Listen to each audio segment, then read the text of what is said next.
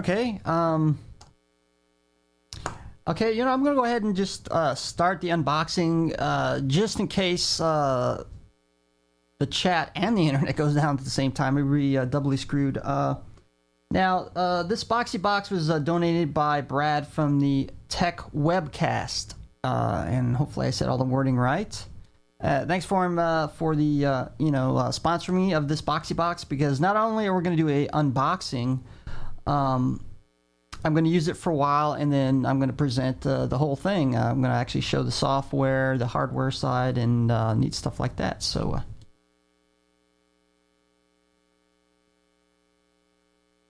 And, I mean, the packaging pretty much a box, okay,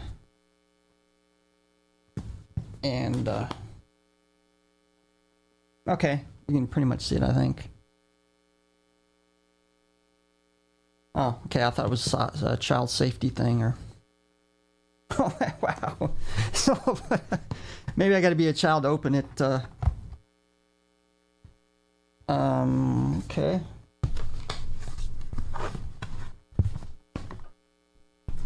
Oh my gosh, I finally got to the box. Okay, here we go.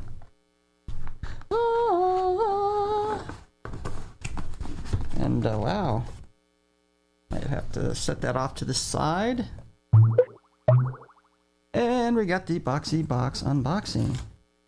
And actually, it's a little bit smaller than I thought it was. You know how in the merchandising, you know, the thing looks like it's huge, like the size of a building when they, advertise it.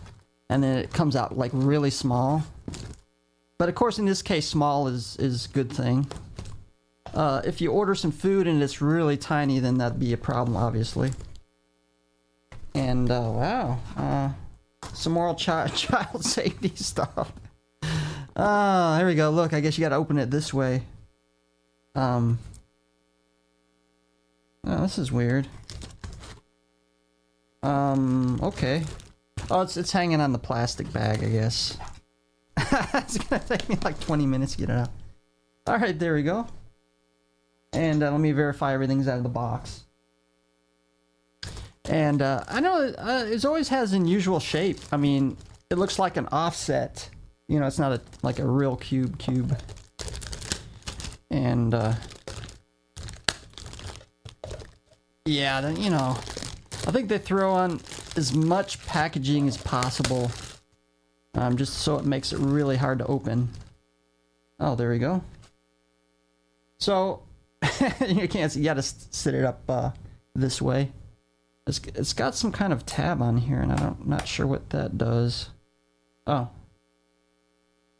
And by the way, D-Link makes this. I know they make a few things, routers, for instance. And hopefully, I don't know if you guys can see this. Oh, this is something I didn't know. It has a SDMMC slot for flashcards, which is right there.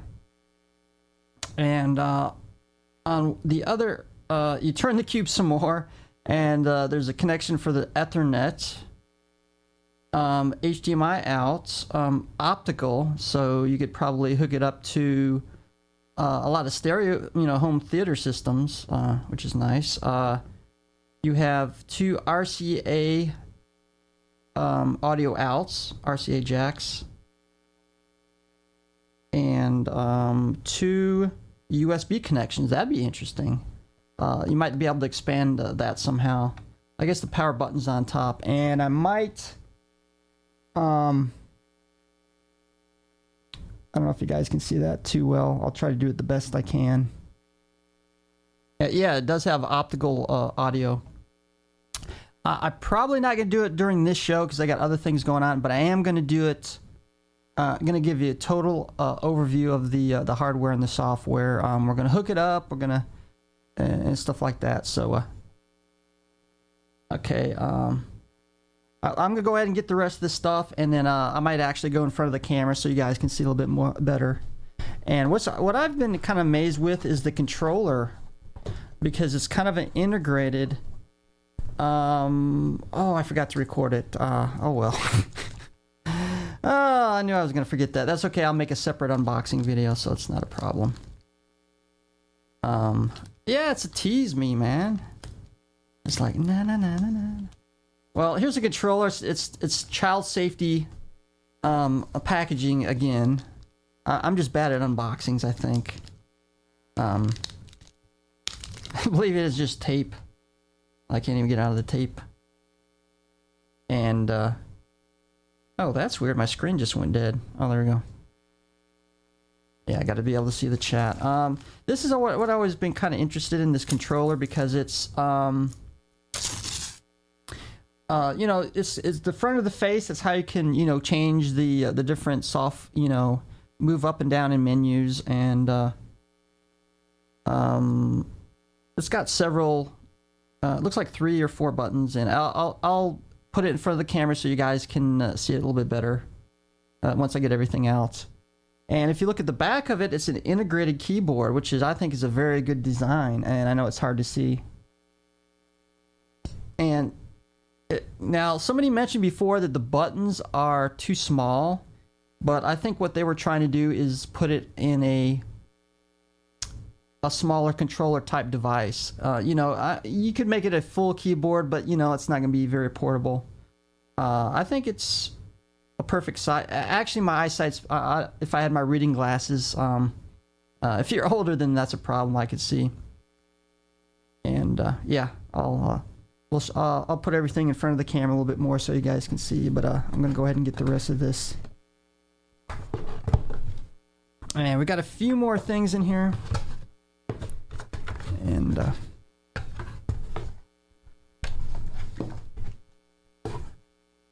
And most of the stuff's out of the box, so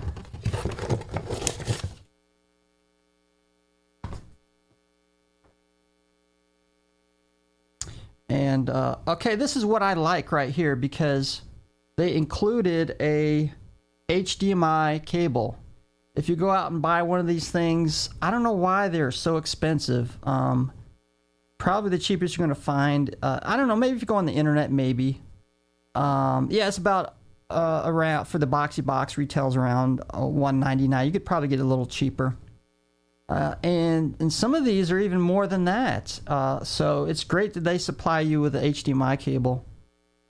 I'm not sure how long it is. It's probably roughly, I don't know, 10 feet long, more or less. And so it's great that they supply this. You don't have to go out and spend more money. And, okay, the rest of this is kind of paperwork, installation guide. Of course, your warranty. Installation. Come on, guys never use this, right? They just throw it away and try to do it themselves. That's like me. I admit I've done that before. You got some warranty information and probably registration, I think, as well. And okay,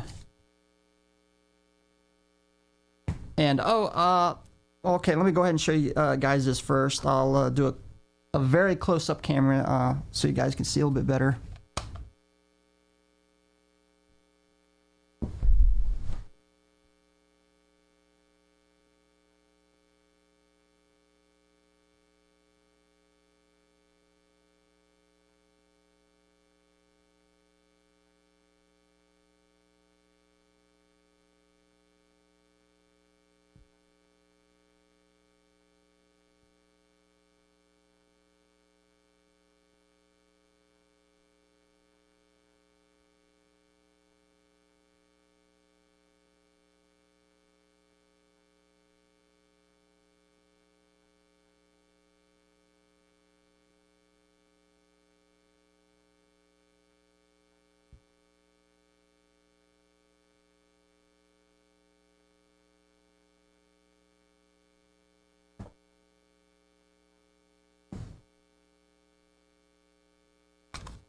Oh, ho chi wow wow. Okay, there we go. I did a really close up on there. Unfortunately, I don't have a remote for this camera. That's my close-up camera, so I cheated a little bit. I walked in front of it and did a manual zoom.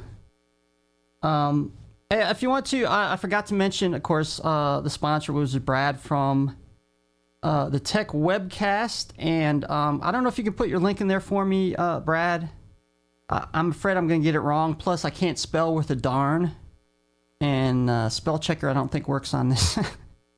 So go ahead and put your yeah, your website link in there for us.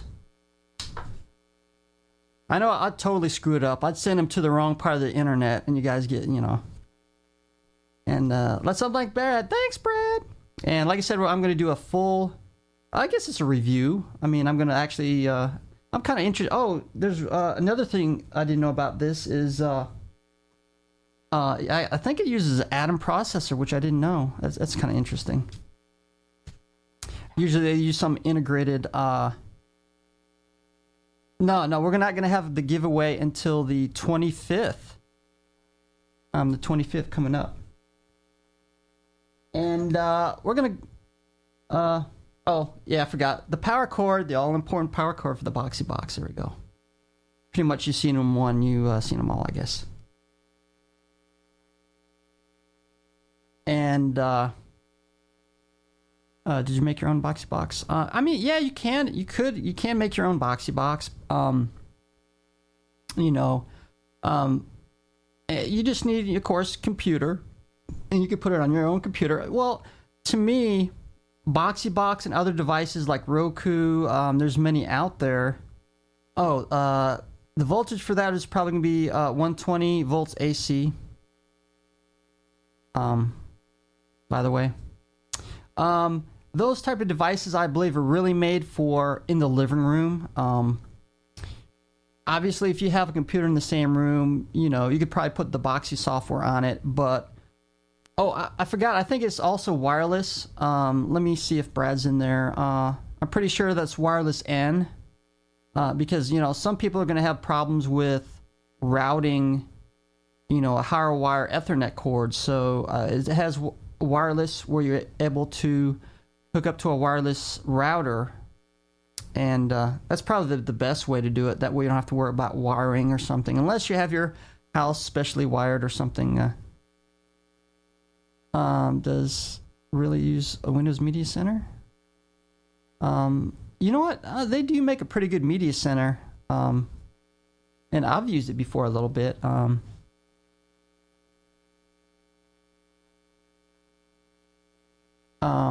Well, you said he made a point there before, Bruce.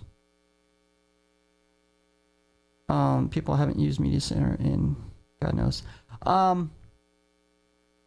They make a pretty well. What's nice about with the Media Center is you can get. See now a lot of these manufacturers or software providers, you know, they used to provide the data. You know the TV Guide data. They used to provide that for free, but now they're starting to charge.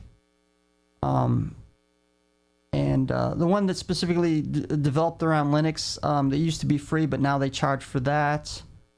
And I don't know. I've been noticing that they've been charging for that, you know, TV Guide service data, which you really need if you're going to have a full, you know, a full-fledged TiVo. Well, it's kind of like a TiVo DVR, depending on what other country you live in, and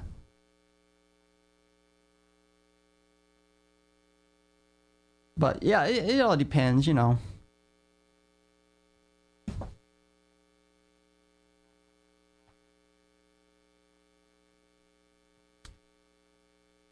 Okay, let me get a little bit on the giveaway. Now this is, you know, I know some people are already applied to win. We're going to be giving some stuff away on the 25th of June, which is a Saturday. And just going to tell you, people haven't applied to win yet, what you have to do to win. And there's a couple of, you know, not too complicated. And oh, let me go ahead and tell you what you guys are going to win. And it's the Apple TV right here. And wow, this is really small actually. And Apple TV. Oh, which was supplied again by Brad of Tech Webcast. That's right, Tech Webcast.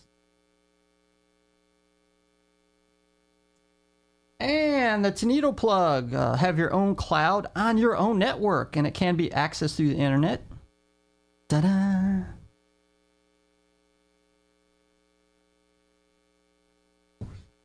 And last but not least, now I know Bruce Naylor likes this microphone too. Well, this is the USB version, which is the Audio-technica AT897 USB microphone. Yeah, and now I know, I think Bruce Naylor switched to a Audio-technica AT897 XLR version. And now this one's going to be given away to outside the United States. And I even got the receipt in here. Well, I don't know if I got this from, where did I get this? Guitar Center, yeah. It's got everything in it. Complete.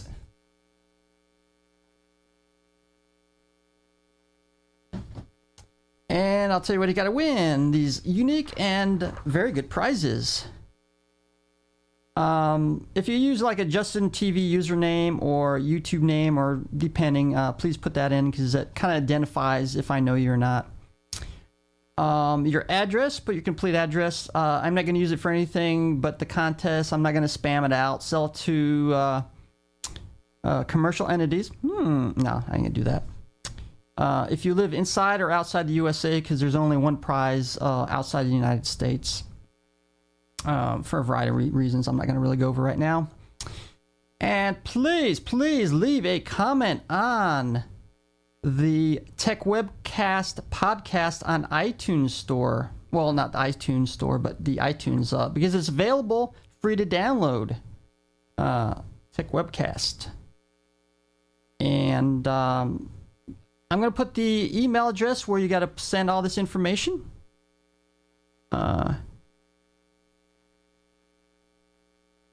chatterbox.live@yahoo.com. And right there, just send it in. Last time I checked, we had 10 people to enter. So if you haven't entered, enter now. Because you cannot win if you do not enter. You can't enter. Or you can't win if you can't enter. Yeah, you need to send out information. I'll say it again real quick. Please send your JTV username or YouTube name if you have it. Your full address if you live inside or outside the USA. And please leave a comment on in the iTunes podcast for the Tech Webcast, which is Brad 2007 is in the chat room right now. And we will be watching for comments to win. No, the mic is for outside the United States, yeah. And there's a couple of reasons for that. Because the Apple TV, some places outside the United States only do PAL. The voltage requirement also might be different. So you might plug it in and it blow up on you, then that won't do very well, will it? Okay, we got some other interesting stuff going on. So I can't win the mic. There's like certain people want certain prizes. Yeah, there's a reason why we decided on the mic, because the Apple TV, like I said, has restrictions. You know, if I send it up to the UK, for one thing, you can't plug it in because the plugins are different. Even if you could, it'd probably blow up. They have a 220, I think, voltage system, or is it 240? I think, but I already did it. I already planned it this way. So, oh yeah, I could probably do that if you're in Canada. Yeah, I said anywhere outside the United States, you can win the USB microphone. So that offer still stands. Anywhere outside the United States. And yeah, you got to be careful, man. You plug, you know, the USA into the UK thing, man. You're gonna see sparks flying. Can win with Tinito? Probably the Tinito plug and the what was that again? Tinito plug and Apple TV is gonna be in the United States, yeah. And hey, if you want to, Brad, also put your. It's better if you do it within iTunes. I know some of you guys don't have it. I think, yeah, you do have to have an iTunes account, I think, but I don't know, there might be ways around that, but okay. I've got some other stuff planned for today. I'm kind of doing an overview because I like audio, I like video, which is with broadcasting and other things. And I recently I needed a kind of a good shotgun mic for the new camcorder I got, which was the Canon XF100. And it has its own built-in mic, but even on high-end camcorders, they kind of suck a little bit. So I needed a decent, nothing too expensive. I wasn't gonna, because you can spend literally thousands of dollars on mics. That's way too much. If you go to comment, you have to go to the tech. You could probably put like tech webcast space iTunes and Google, and it'll find it. It's usually better to log into iTunes directly and then make a comment, but I think that's the only way, really. But and then you can say push the button that says launch in iTunes, and you can do it that way too. Or you can search for the Tech Webcast in iTunes itself, the podcast section. Okay, so I needed a pretty decent shotgun mic that I was going to use for this camcorder. So I decided on the Audio-technica, and I got to look at the number to make sure I get it right. Audio-technica AT897.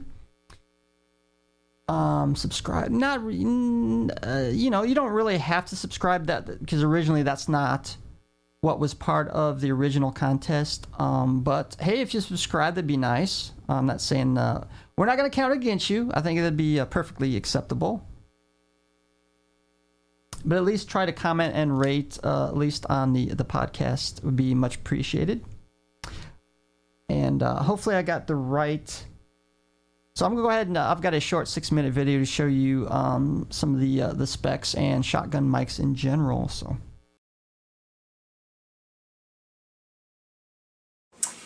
Hi, this is Linux Cool Dude. I'm going to give you an overview of the Audio-technica AT897 shotgun microphone and shotgun microphones in general, because they kind of have a specific use. It could be in the studio for video camcorder use, and that's the reason why I got it in the first place, to use on the Canon XF100. And I did a little bit of research what would be best for my use, and this was actually kind of designed for use in video recording, because if you notice, the length right here is about 11 inches. Some shotgun microphones are a lot longer, because if you attach this to the camcorder itself, if it's too long, you'll actually catch a part of the microphone into the lens. You'll actually, in the corner. So obviously it's got to be a little bit shorter length. Shotgun microphones have a very unique design, because pretty much they're only going to capture what's directly in front of it. It's a very directional microphone, which can be useful in itself, because it will project from the side and the back, and for longer distances, which is nice as well. And often shotgun microphones, because of that directional response,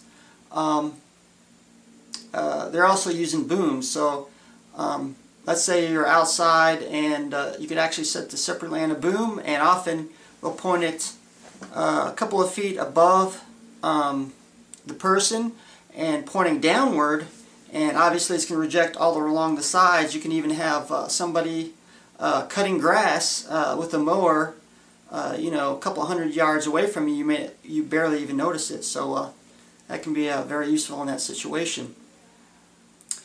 And I'm also going to show you specifically with this mic in general. You can use this two ways. It is a powered, it is condenser.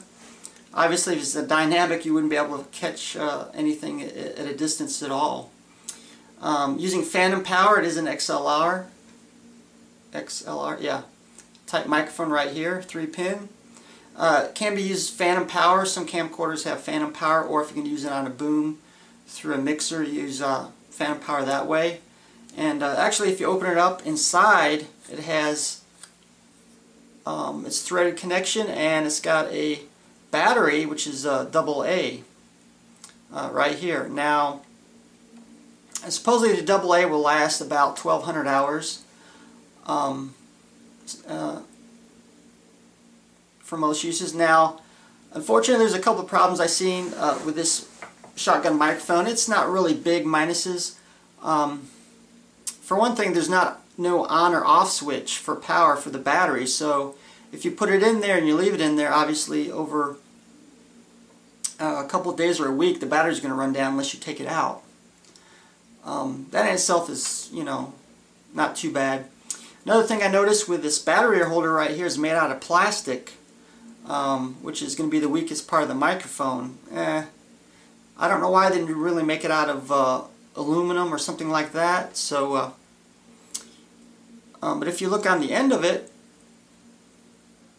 right here, that's where the XLR connection is actually connected to the plastic part of the battery holder. So who knows, hopefully it's going to be durable enough over a long period of use, plugging, unplugging. Hopefully that's not going to stress out the plastic and break, so I'm kind of wondering about that. But besides that, actually, if you screw it in, it's still going to be quite strong when you know, thread it in there, just like that. Now it also has a switch on here, which is recessed. Okay, right here, and what is a low frequency cutoff? Normally this frequency response of the microphone is about 20,000 to, or excuse me, 20 hertz all the way to 20,000 kilohertz, or 20 kilohertz actually be a better way. So what that bass cutoff switch does, if a noisy environment, perhaps outside, if there's high wind, even if you're using a windscreen with it, such as right here, you still might get a lot of low rumbling sound from the high wind. So what that cutoff does is it cuts out that low rumbling sound from the wind, or traffic noise. If you have traffic noise in the background, that'll help cut it off as well. Now you notice I actually got these two O-rings right here, which was included because actually it may not fit all microphone holders that are built for the camcorders. So what these O-rings allow you to do, this microphone is actually too small for my microphone holder, but putting in these two O-rings, which were included, now it actually fits now, because the smaller diameter and the bigger diameter mic holder, and now it fits perfectly just with that. Well, I hope you liked the overview of the Audio-technica AT897, and I might actually do a sound test during the show so you guys can see what it sounds like. Alright, thank you.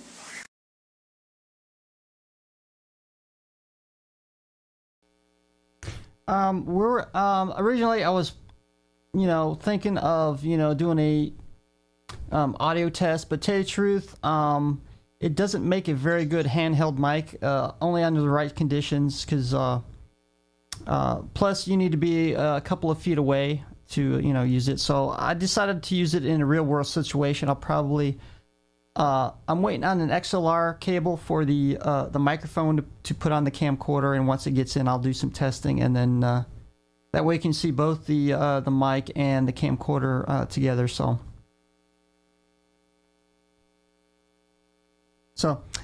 also I uploaded the video to YouTube, and I've got to go. I got it set on private until after the show. Then I'll go ahead and set it for the rest of the YouTube land.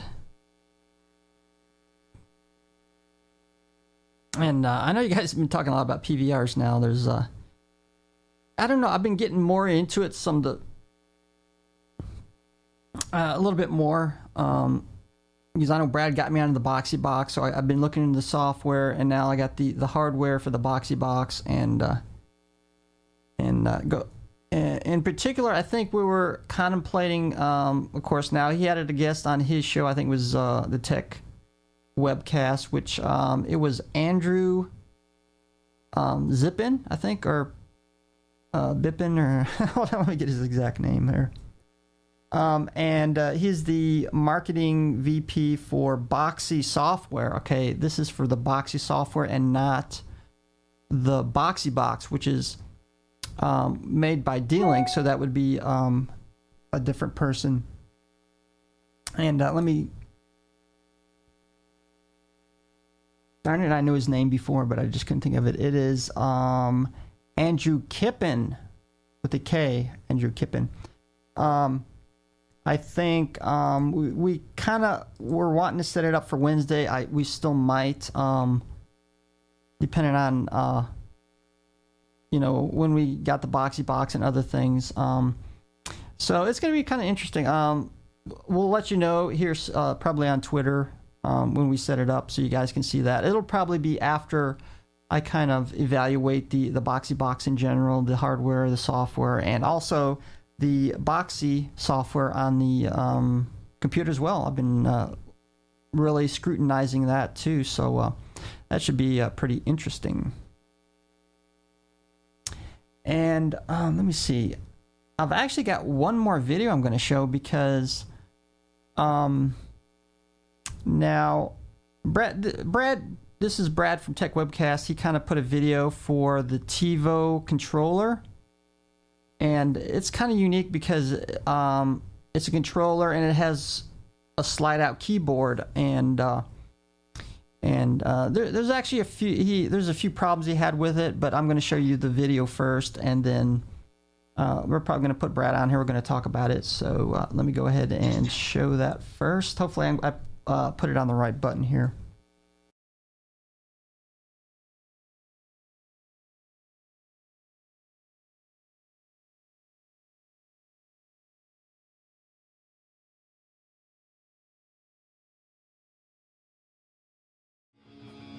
Hey, what's up? This is Brad from Tech Webcast. Today I got the TiVo slide remote in the mail. It took about 2 weeks to get over here. And here is the remote itself. You can see here. There's all the keys there. This is the keyboard part here. And here's the other part. Now, for people over in Australia here, TiVo, we use the TiVo Series 3 HD. TiVo. Now, one thing, it does not work. The keyboard does not work. The Bluetooth does not work. Apparently because we have a lower firmware to what the people over in the US have on their TiVo Premiere and stuff. So the Bluetooth does not work. But apart from that, it's a great remote. And this is compared to the one that I have now. That's a bigger one, a bit longer and stuff. This one's more smaller.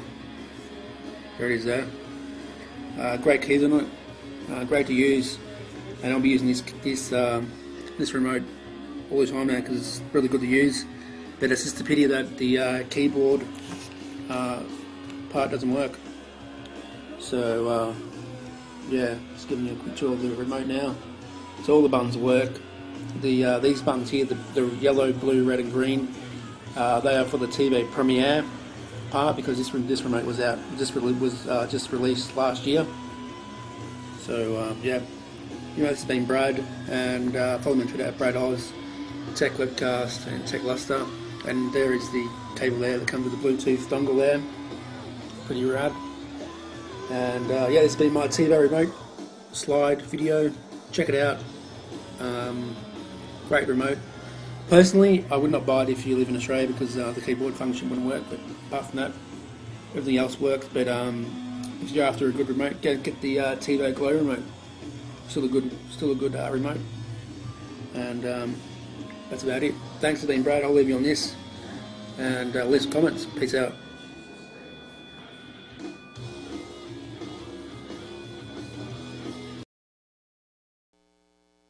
Okay, there you go.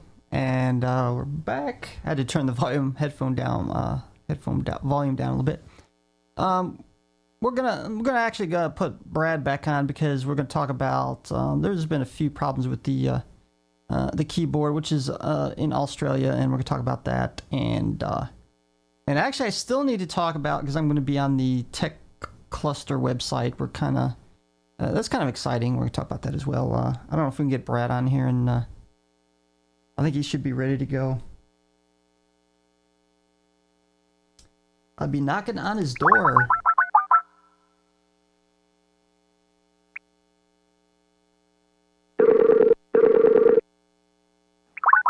Hello.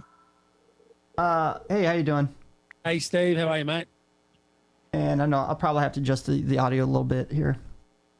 Now, there's one big thing I noticed during your video that the keyboard doesn't work. To me, that'd be kind of a big issue. But you know, I think it was originally an American version TiVo remote, right? It is. That is correct. And so, I think I also searched on the internet, and you told me already too that supposedly that the firmware has been updated for the United States that allows, you know, to use a controller, but I guess the Australian version doesn't have that new firmware. No, have the newer one. We've got a lower one. You know, if we get the higher firmware update, it should work. You know. Yeah, that's what I was thinking as well. Perhaps they're going to, you know, be able to eventually update the Australian one to get the new. I hope so. Okay, I'm adjusting your volume a little bit more.